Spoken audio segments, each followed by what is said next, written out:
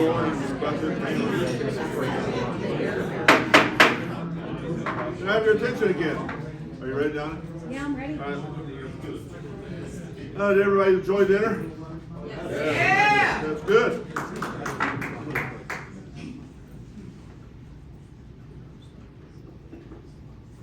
There we go. Okay, first of all, I'd like to introduce you to Garrett Hoisington. Garrett, would you stand up? The nominating committee chair who will conduct the 2025 Board of Directors nomination and voting. Garrett, now you need to come up here. My turn already, huh? Yeah. We're going to turn the mic on too. There we go.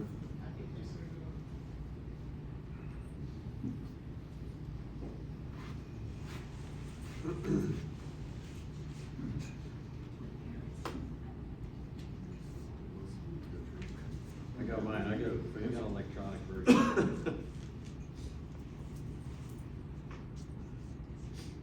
I don't know what it is, but I feel a little more pressure when I'm speaking in front of fluid power people. Yeah, interesting.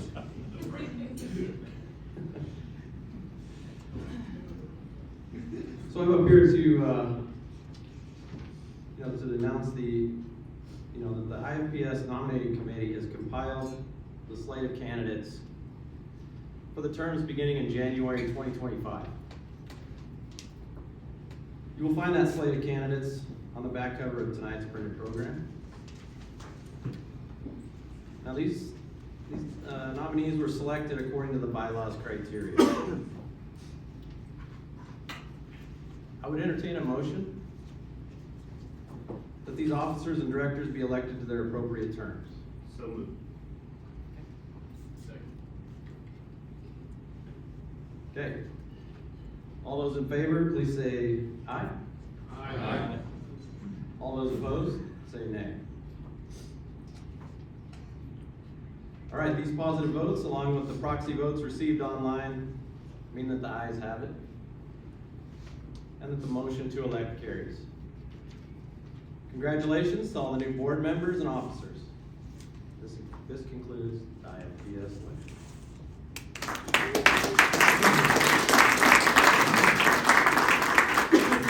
Before you leave, Garrett, I'd like to officially introduce you.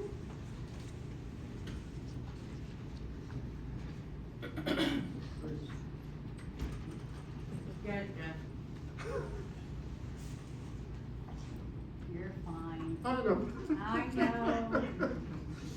Jeff is emotional. We love him for it. It's okay. As our newly elected 2025 president. As a board member, past membership committee chair, and this year's strategic planning chair, you're more than qualified to lead the organization into the future. On behalf of the entire membership, IFPS membership, I'd like to present you with this presidential hammer. Gavel. Wield it well, and Garrett, congratulations.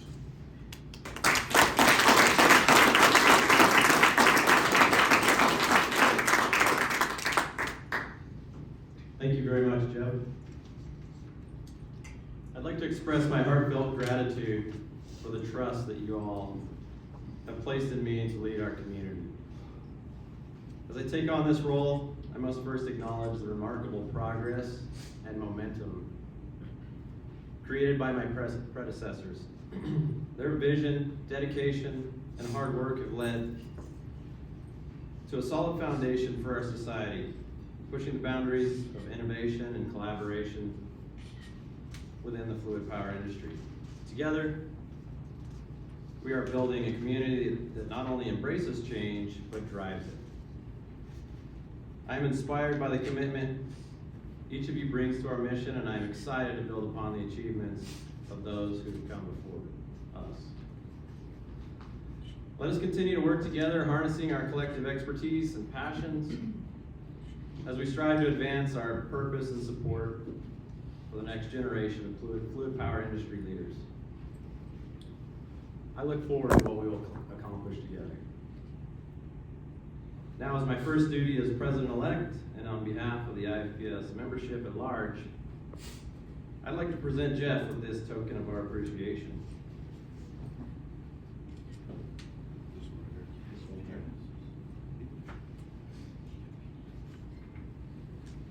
It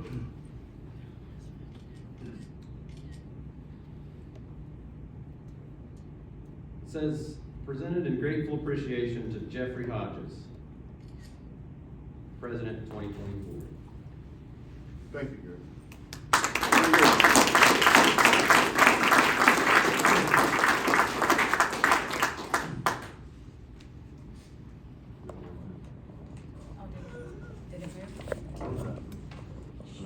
Oh. Thanks, Jeff. It reminded me of, part of this that I forgot. So as part of this, your name will also be added to the list of past presidents on the official presidential plaque that hangs in our headquarters office in New Jersey. Thank you. Back to you. Don't leave. We still got some more to say. I know. So thank you very much.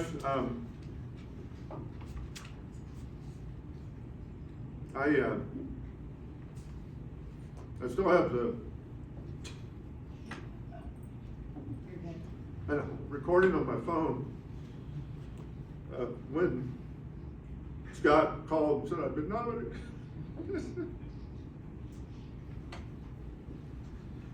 It was a big honor.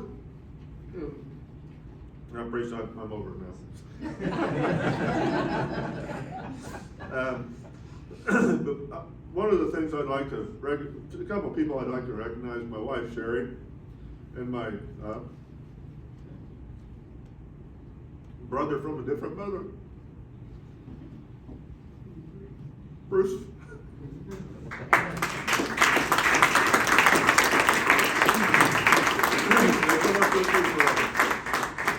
They put up with me a lot, so they're special people in my life. And it's been an honor to be the president for 2024, and Garrett, I wish you the best of luck.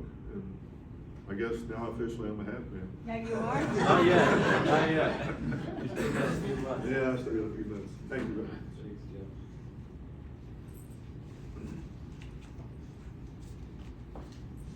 Okay. More business at hand. We have several board members whose tenure ends at the end of this year. Leave it to me. I'll get it.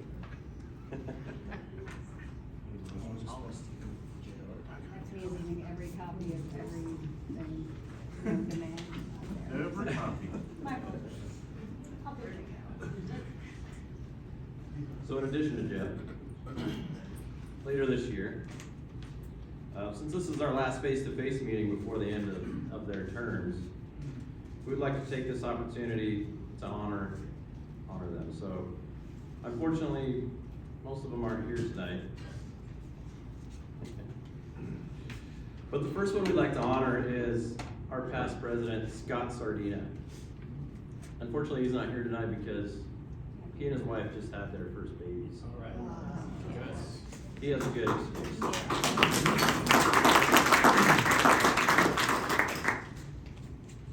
But I think we can all agree that Scott has been an integral part of the IFPS's recent success. And so let's give him a round of applause, and we will send his plaque of appreciation to him directly.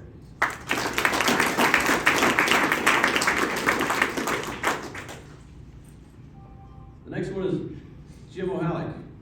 He's the chair of the certification committee, and he's been serving on the board of directors for many years. But he's done an outstanding job in setting goals and steering the committee's efforts. Under his leadership, the IFPS has introduced its first new certification since 2007. The Fluid Power Support Associate certification. We will let him know how deeply grateful we are for his time and unwavering commitment. And on top of that, I should also mention, as part of our gratitude, that he's been nominated as the honorary board member for 2025 to help him continue to be part of our community. And so let's give Jim a round of applause.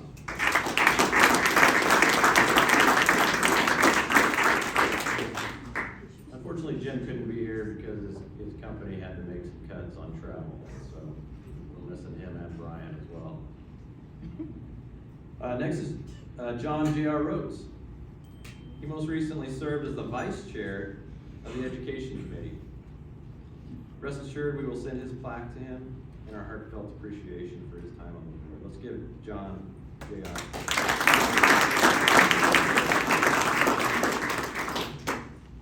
Finally, we have Ethan Stewart. As a board member, we will be sure to send his plaque to him and our heartfelt appreciation for his time on the board. Thanks, Ethan.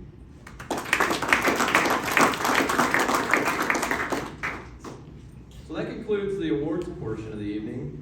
But before we begin with our Fluid Power Hall of Fame induction celebration, I'd like to point out that we have a couple of new committee chairs for 2025. First one, Jeff's brother from another mother, Bruce Bowe. Yeah.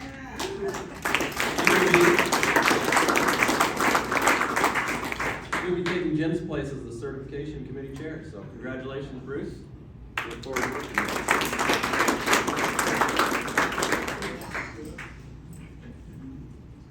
Bradley Dittmer.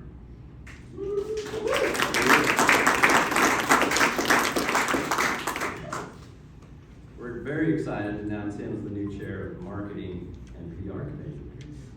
Thanks, Bradley.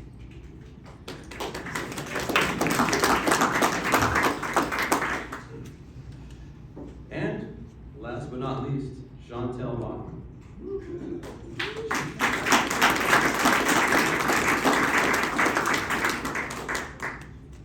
Chantel's made a tremendous difference in our marketing efforts for the IFPS. Really moved the needle for us over the last few years, and you know, it'll be really great to see her move up to be first vice president in 2025, and will be your next president for 2026.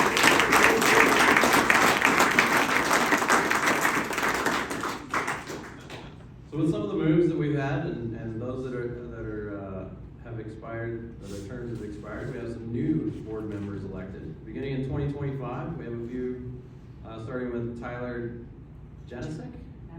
Yep. Okay. Quest Duperon, who's here today. Where's Quest? You want to stand up, Quest? Thank you for joining. Kyler Craig Ridgway, he'll be a new board member, and Alex Kummer.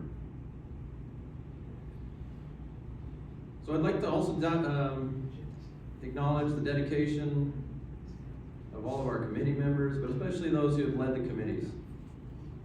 Please stand when I call your name, and, you know, didn't realize I had a presentation going back there. Chantel Bachman. For her time in marketing and PR. Thank you. Lisa De Benedetto. She's our committee chair for planning.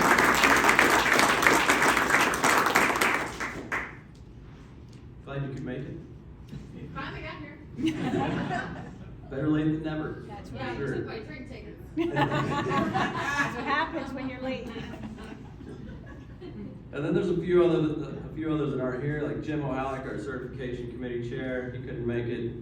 Dan Fernandez was here earlier this week, but due to some other commitments, he couldn't be here. But we want to thank him for being the committee chair for our education committee. And Brian Wheeler, who also works with Boeing, he couldn't make it due to some budget cuts. I think it was like something that flew off the plane. Yeah, there's some complications. Something. Non-hydraulic. Yeah, of course. Non-hydraulic.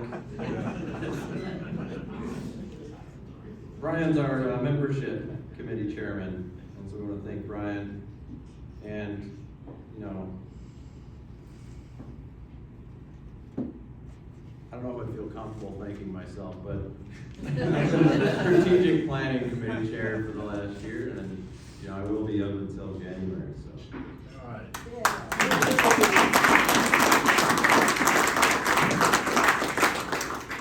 So thank you to all the committee chairs, and finally I'd like to thank the staff for their hard work. We couldn't do it without them. They've been here supporting this week. Jeff already recognized everybody. We won't make you stand up again. Should I? Yeah. I already stood IFPS once. staff, Donna, James, Jenna.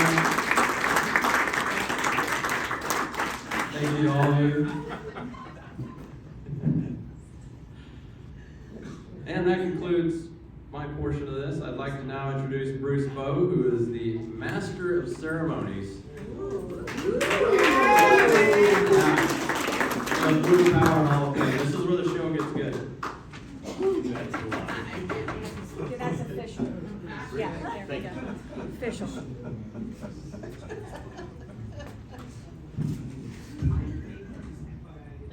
All right, a lot of pressure to make this good. I'll start with, it's been well documented this week that I was not the first choice or second choice for MC. I think Donna likes knocking me down, and today she told me I was the fifth choice. I am the one that showed up. You are the So, one. welcome to the Fluid Power Academy Awards. So I have some notes here. Speaking of the mic. Welcome to the Hall of Fame. You'll hear lots of terms today, lots of words. I'm probably gonna say honored a lot. I am honored to be part of the society. I'm honored to be part of this ceremony, and I'm honored to be your MC tonight. All right, let's just get into it. I'm not really a joke teller. That's why I was probably fifth on the list. I'm more of a storyteller, and unfortunately, most of my stories are inappropriate. So catch me by the bar later. I've got great stories. We'll just get right into it.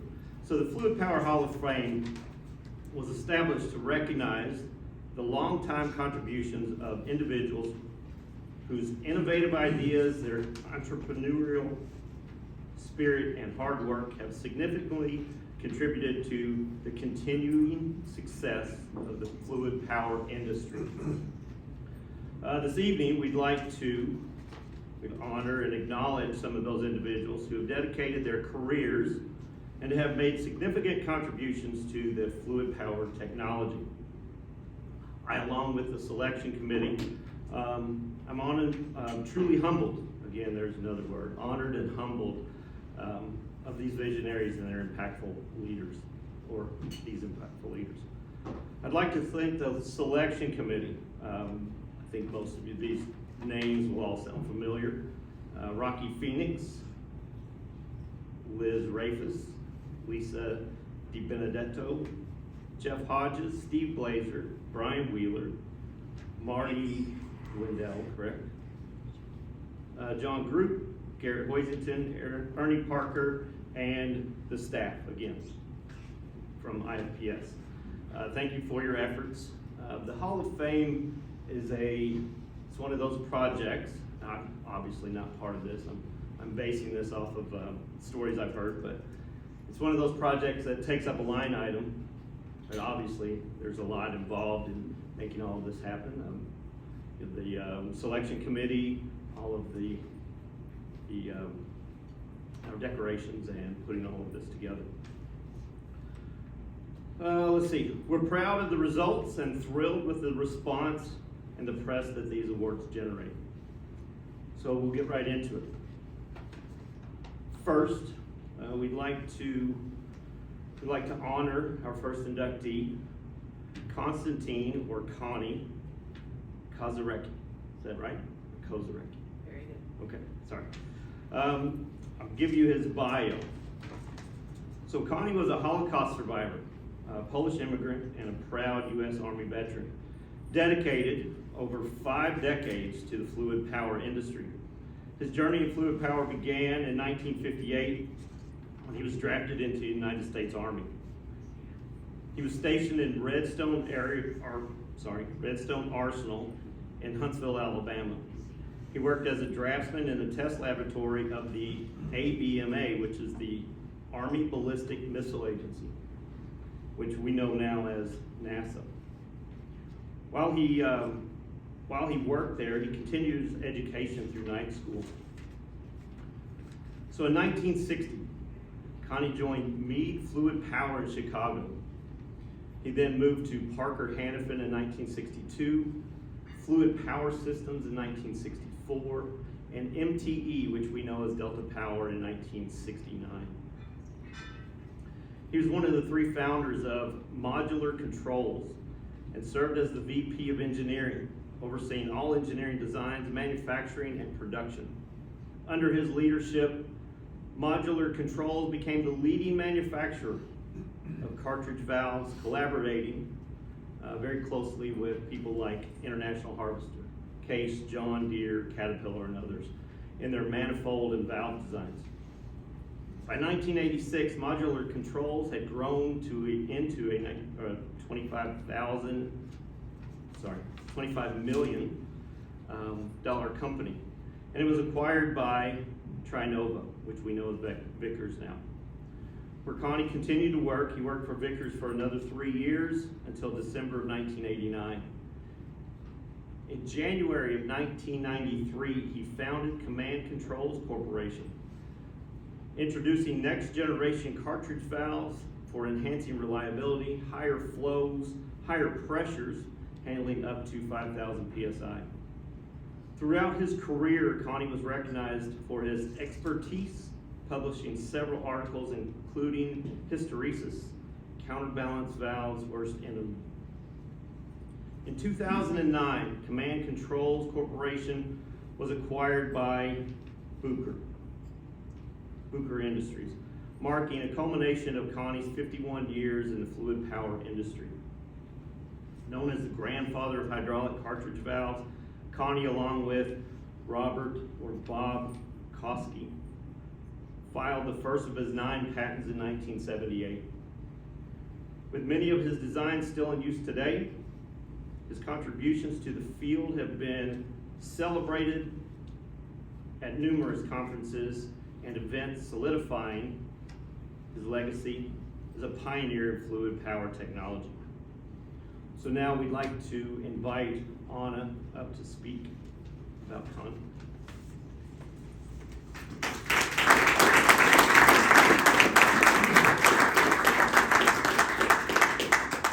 Thank you so much. So while I stand here today, hopefully not keep you together, that I'm not going to kind of go through the history. We already went through my father's history. I am his daughter. I am here with my mother, which is his wife. And I'm going to kind of go about this a little way, tell you a little bit about Connie himself. So as I was kind of trying to think about what to say today, I started going through some old papers, trying to get some inspiration on what to put on paper. And I came across a paper I wrote freshman year in college about my father. The memory that I wrote about was when I was 2 years old. You know, it's kind of strange the memories you keep. At 2 years old, you think, how does anybody remember anything at 2 years old? Just these, it's so vivid, it's hard to explain, but, so I'm thinking 2 years old, okay, that's well over 50 years ago. And it was pretty much, my parents lived in a 4th flat in Chicago. My mother is the one who went to work. And she worked as a secretary for a purchasing agent at U.S. Gypsum Company in Chicago, while my dad sat home with me. At that age, I couldn't tell time, but I knew it was 9 a.m.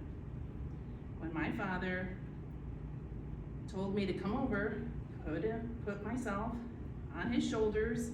He grabbed his briefcase and he said, "It's time to go to work." Well, I could say work wasn't very far. We would go down the front steps, out the front to the porch, and down into the basement. That was not too far from home. So, but I remember the basement very well. I had to always duck underneath things because I was way up on his shoulders. He was a tall man, 6'2". We get into the office and there's a table and there's a drawing board and my toys on the floor. That was it.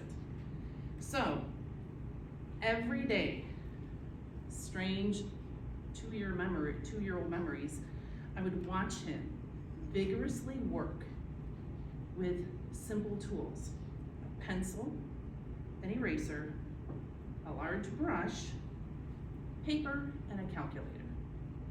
That's it. I literally could watch him and see those wheels turning in his head. The support group he had was my mom. That's it. His family called him a foolish dreamer, insisting he is jeopardizing his family and his career by not having a real job. But he was always calm and confident, and always told everybody, trust me, I know what I'm doing. So those types of memories are just precious. And as I found more reading through his memoirs, he wrote when he was about 7 years old, he recalls his first engineering project. Very curious how things are made and work and how they function. Around 1941 or 42, when the Germans invaded Poland and they crept into his small, tiny town of Wolin in Poland, he spent many times alone in hiding, while his parents worked the farm, be sure that everything was covered. And so one day, in his many times sitting alone, he got bored. He grabbed the family alarm clock and decided he was gonna see what makes it tick. He took the whole thing apart, and of course had no idea how to get it back together. So, this definitely sparked his interest on how and why things worked. And from there, we know that this incredible man came to the United States as a Polish immigrant, a Holocaust survivor, and at 15 had already experienced things that many of us could never even imagine. But this non-speaking immigrant was determined to leave a mark in this world. So, with his education, we already went through pretty much his education. He graduated high school at 20.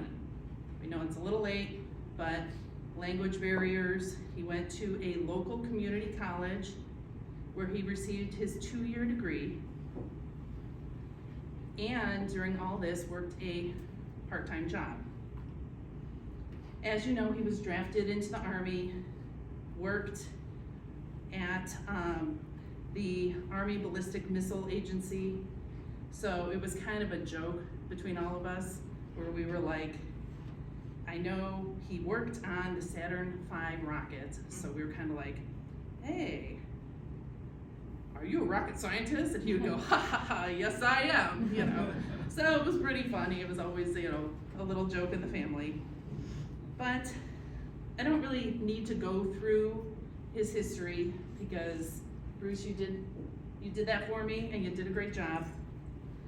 But here I stand, close to 68 years later, proud to know that my dad's designs are still being used today, and how he has touched and helped and mentored many, many great names in this industry. And he did leave his permanent mark in this world and in this industry. So, thank you so much.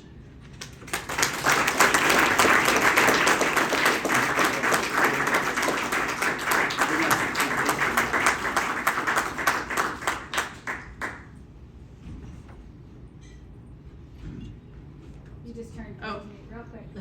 Awesome, thank you. Thank you. Thank you so much. Thank you. You're welcome.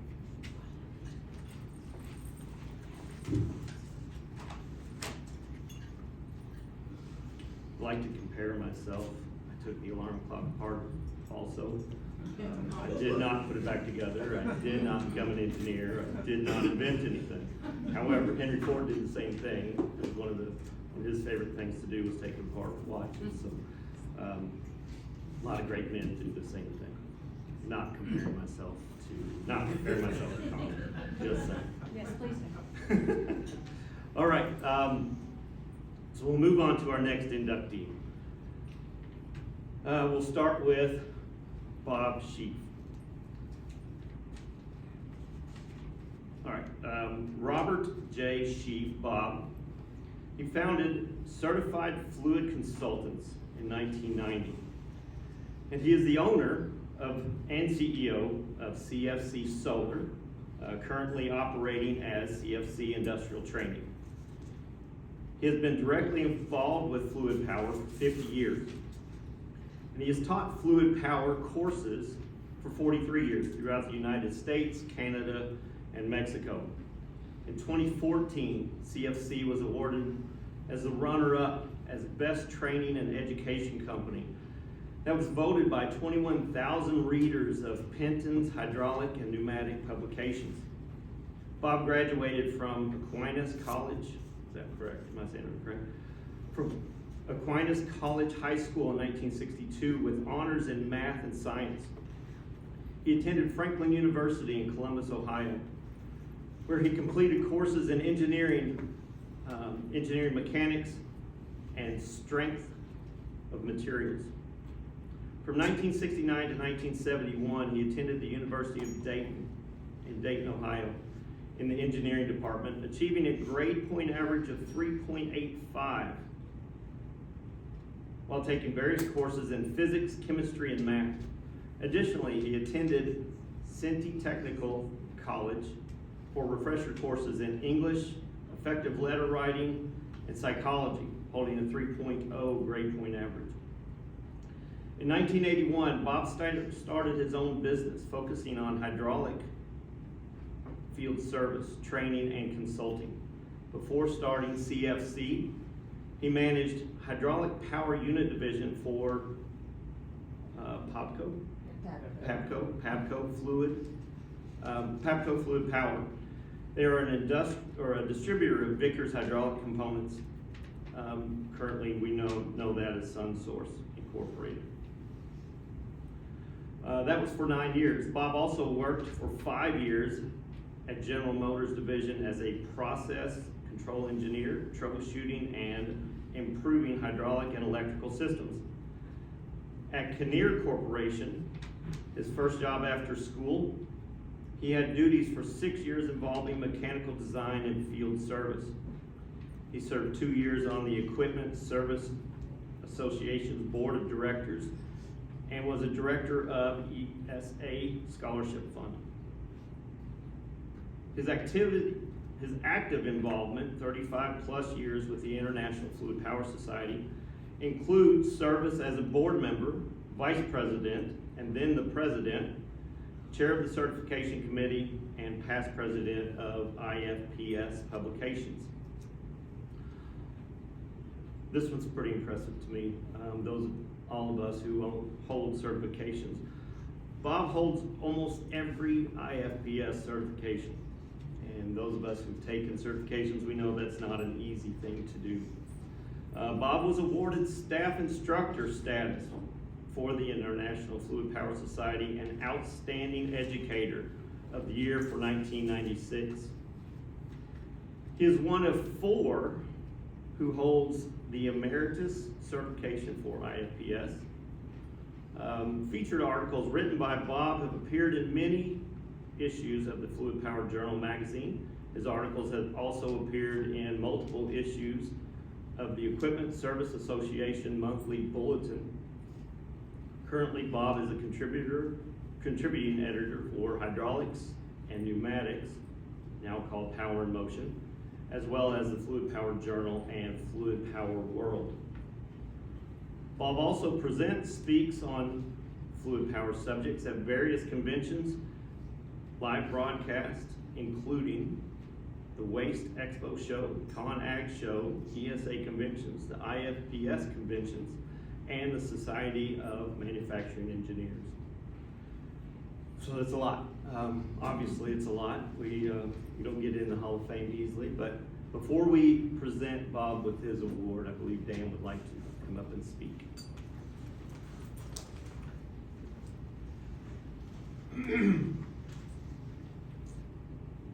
Good evening. First, I'd like to clear up that Bob was the founder and previous owner of CFC. Recently, it was purchased by his daughter Jan, his daughter Ruth, and JR. One of their first official acts was to fire Bob. So, Still can't fire him. And you know, I'm standing up here trying to figure out what you hydraulic people are doing at the sheep reunion here tonight. Not quite getting it. But anyway, I do appreciate this opportunity because you make Bob sound like such a good guy. So I get no, I truly am honored and privileged to be asked to speak about a person who has had a lasting effect on the fluid power industry, especially in front of such distinguished professionals as we have here. And congratulations to Bob Sheaf for being inducted into the Fluid Hall of Fame, Fluid Power Hall of Fame. And I had a little bit in here that you guys already covered. So I will say that I am sure whenever I looked at the two people for tonight, Bob and Connie, I know that Bob is quite proud to be considered in the same class as Connie is. What impressive achievements he made as well. We appreciate hearing about that. Bob's professional biography shows what Bob has done. It doesn't show who Bob is. And who Bob is comes from who Bob was. Bob grew up running amok in an inner city hoodlum in Columbus. His parents both succumbed to their inner vices, and Bob and his siblings were pretty much left to chart their own paths with little parental oversight. If anyone has seen the show Shameless, many episodes seem to have been written from the stories we've heard Bob tell. Bob was smart and good-hearted, but lacked guidance. Somehow he met Janice and found direction and a way of life that he had never known as he was introduced to her loving family, who were quite skeptical at first, justifiably so. Speaking of loving, Bob and Janice were married before he graduated high school, and they had 5 kids by the time he was 23. She was like a regular old vending machine. Put his token in the slot, pull a couple of knobs, out comes a kid. He couldn't get enough of it. And if he chases me, I'll still keep going around the room. And I cleared that with his daughter before I said it. So I said it last night. She said, "That's funny." I woke up this morning and I said, "I better check and see if it's still funny." She had some wine last night. So, anyway. Okay, so a few years later, they did have their 6th child and somehow stabilized at that. And all of Bob and Janice's children are here tonight, as well as his brother Tim and several grandchildren. So hence the sheep reunion here. Thanks to all you guys for making it in. This is as much for Janice as it is Bob, but tremendous. Anyway, the reason they are here is because of who Bob is and what he represents. When I think of Bob, I think of him as the greatest example I know of a person with every reason to fade into obscurity, but who has instead looked within himself and has become the best that he could be. And I could be a sap just like Jeff, so I'm gonna try not to. But Bob has many positive traits, and one of them, though, is honesty. As a young parent, he admits that he didn't treat his family the best, as he didn't know any better. But he listened to Janice, he listened to his children, and he was honest with himself and made a conscious effort to change. Hence, his 6 children are here tonight.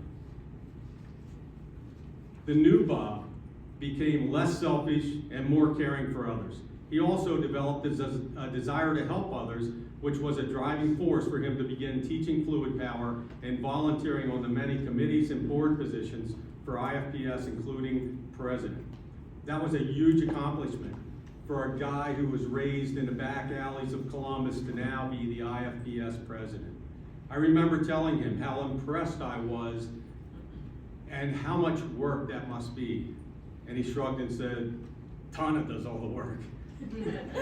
Some things don't change. Bob's life is an underdog story, or better yet, a Cinderella story, where thankfully he met Janice at the ball. The two of them have built a life of service to others, and Bob found a way to make a living out of it. It wasn't always easy, mostly not, but his family supported him and often worked with and for him. Was he the best businessman? No, he was too nice a guy for that. Was he a great mentor and a great instructor with a gentle touch and intelligent reasoning skills?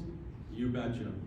Through his teaching, Bob has possibly provided more IFPS certification instruction to more individuals than any other one person, or at least ran an organization that has.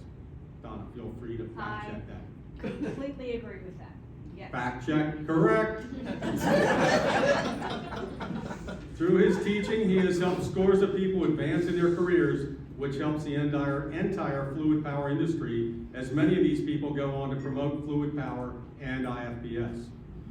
Many people benefit from Bob's professional instruction, and I have been fortunate myself to benefit from both his fluid power wisdom and his personal life experiences, especially since I have been married to one of the peanut butter cups from the vending machine. His second daughter, Janet, my wife.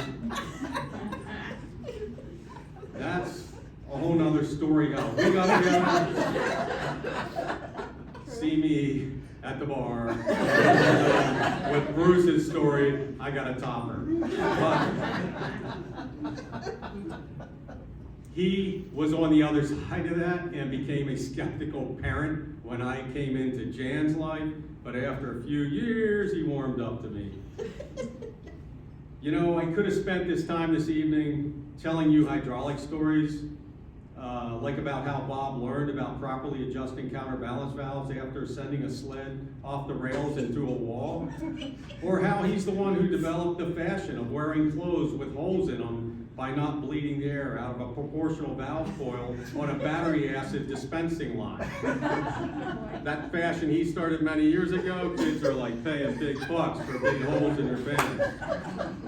Or how he demonstrated to a class why you should always discharge an accumulator and crack the far bolts on a 4-bolt flange so you don't have to wear the maintenance manager's work clothes home. Yeah, that was an impressive lesson he had that day. Yeah, I could have spent our time here making fun of Bob, but I thought we should keep away from that stuff on a night like this.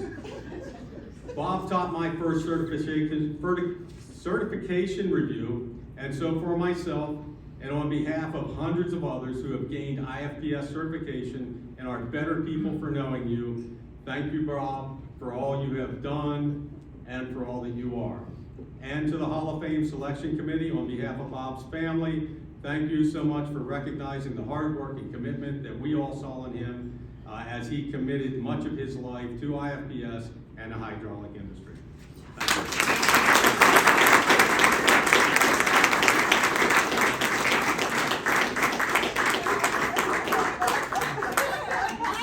Still love me, Bob? Well, welcome to the Friars Club roast of Bob. Anybody else want to take a shot? Got more kids. All right, if nobody wants to take a shot at Bob,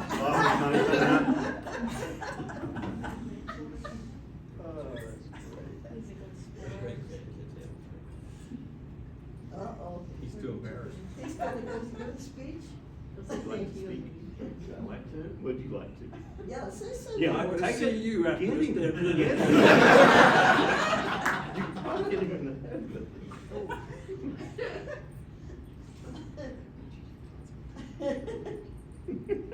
Okay, yep. Pose. Low power journal, got it, all right.